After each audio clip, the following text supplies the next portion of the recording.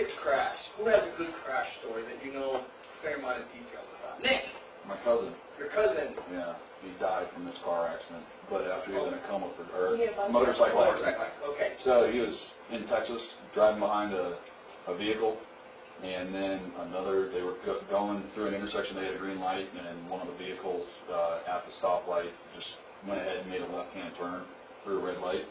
So the person in front of him slammed on his brakes, and my cousin wasn't paying attention. He hit the back of the car and then flew over the car, and then the car ran him over, and he was in a coma for 6 months before he died. So, yeah, that's a good crash story. So this is a person making a left in front of, for example, this way. Absolutely. And he made a left in front of this car. Yep. So, an idiot. Let's talk about the factors involved in the crash. So, could speed have been a factor? Did you know? I don't think speed was a factor. I think the car. Let's list them. Let's list them one at a time. What's one factor? He wasn't paying attention. An idiot. So, inattentiveness is one. What else?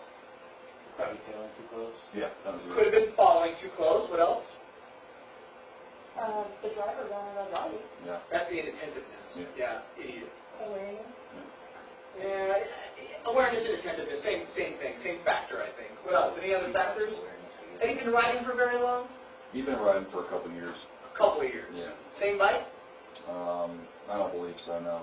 So He started off on like a 250 and then he moved up to a bigger bike.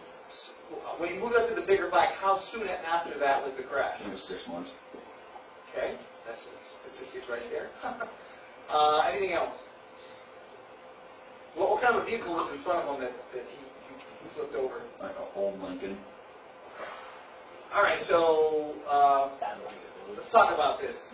The first one was inattentiveness. The second one was maybe following too close. The third one was maybe inexperience on that vehicle, on that specific bike. So if we take the inattentiveness away, does the crash not happen? So if the person doesn't pull in front of them, does the crash not happen? Yeah. I would say so. However, do you think it maybe would have been a matter of time if he follows too close and if there was a new bike that he would have done the same thing? Maybe not to the extent that he did it, but that he would have rear-ended somebody? Absolutely. It's possible.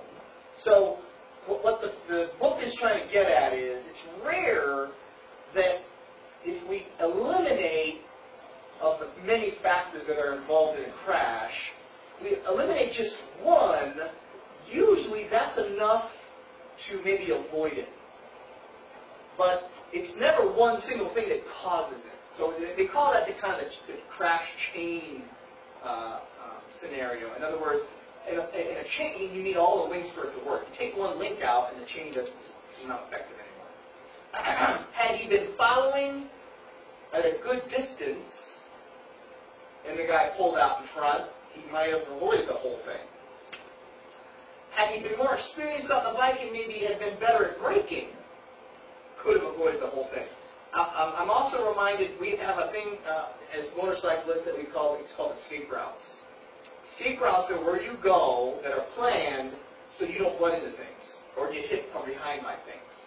So had he had, I'm going to ride in lane position 1 maybe, so I can see better, and if this guy does have a problem, I can go like this.